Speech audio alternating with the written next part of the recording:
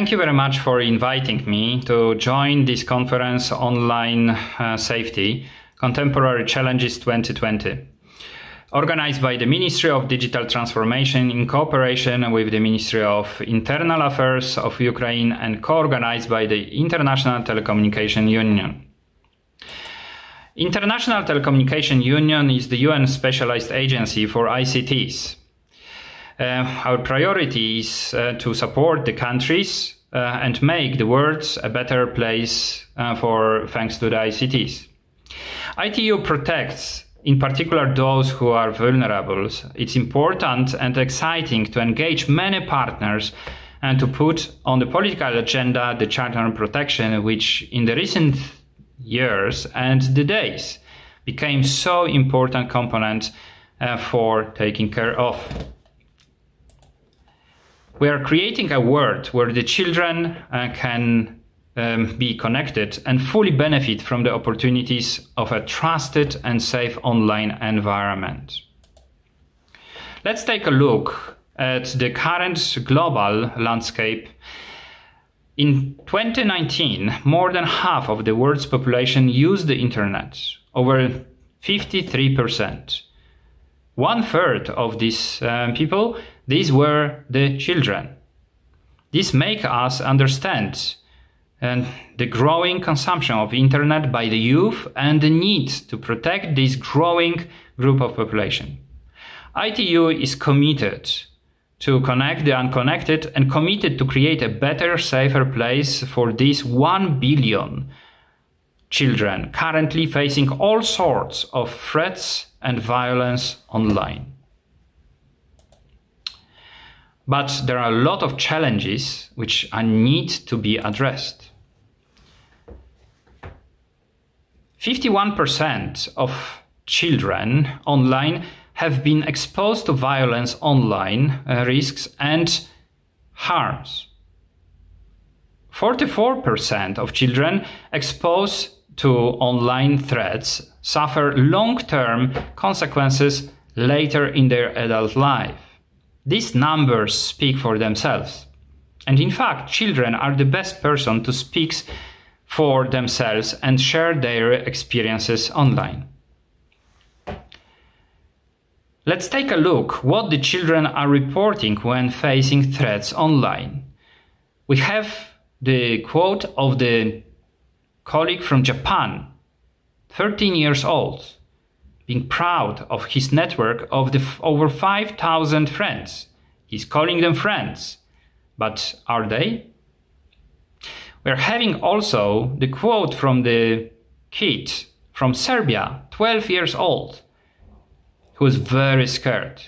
He said, "I saw a picture of a boy who was shot dead." This is what children face without any guidance and protection. This is why we have an updated set of the child online protection guidelines and to provide the good value. These guidelines target policymakers, industry, parents, and educators. As the internet is in constant evolution, these guidelines integrate the new challenges faced by the children, which are all the most predominant with the current pandemic. By targeting all stakeholders addressing child online protection, ITU guidelines and related materials encourage the adoption of a multi-stakeholder approach. We need to make sure, together with parents, to implement these guidelines and in our case across the European countries. It's our pleasure to announce and to thank that many countries have already translated the guidelines and are in the course of implementation of the COP guidelines at the national level. Just a few weeks ago, we launched the first translation into Hungarian. Just 2 weeks ago, we have launched the Bosnian, Serbian, Croatian languages thanks to the efforts of Bosnia and Herzegovina. Just 1 week ago, we were pleased to note the launch of the Ukrainian version. In January, we'll be launching the Polish version, and in February, Albanian version. while having already launched also the Romanian version, where the Romania and Moldova can benefit from this resource. Also at the national level, there are a series of different undertakings going on in order to make sure that the guidelines are properly used at the national level in different contexts.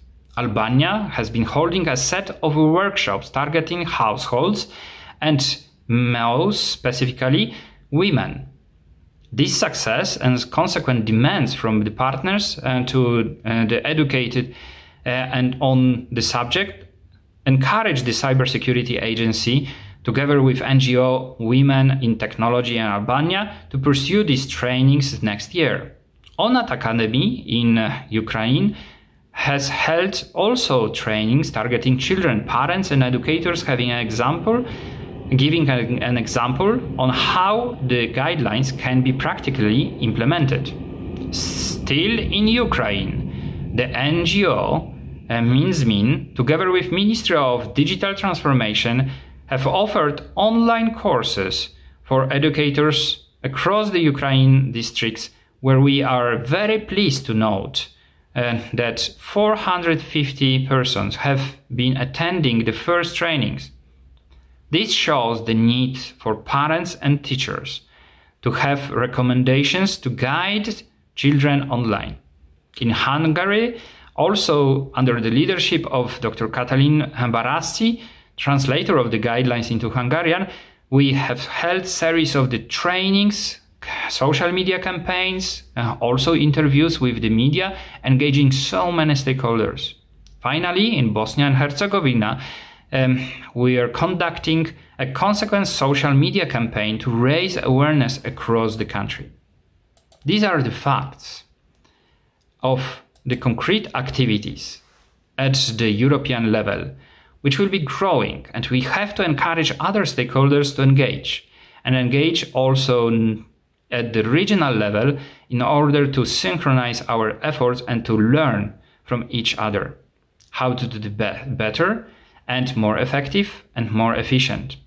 This year we had 3 milestones helping our stakeholders to develop the proper appropriate approach.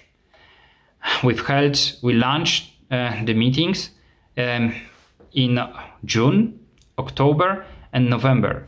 Thanks to this triggering the good discussion on this, how to implement, translating all materials into the national language, developing a series of the training opportunities for different type of the communities, but also partnering with ministries of education and different networks at the country level.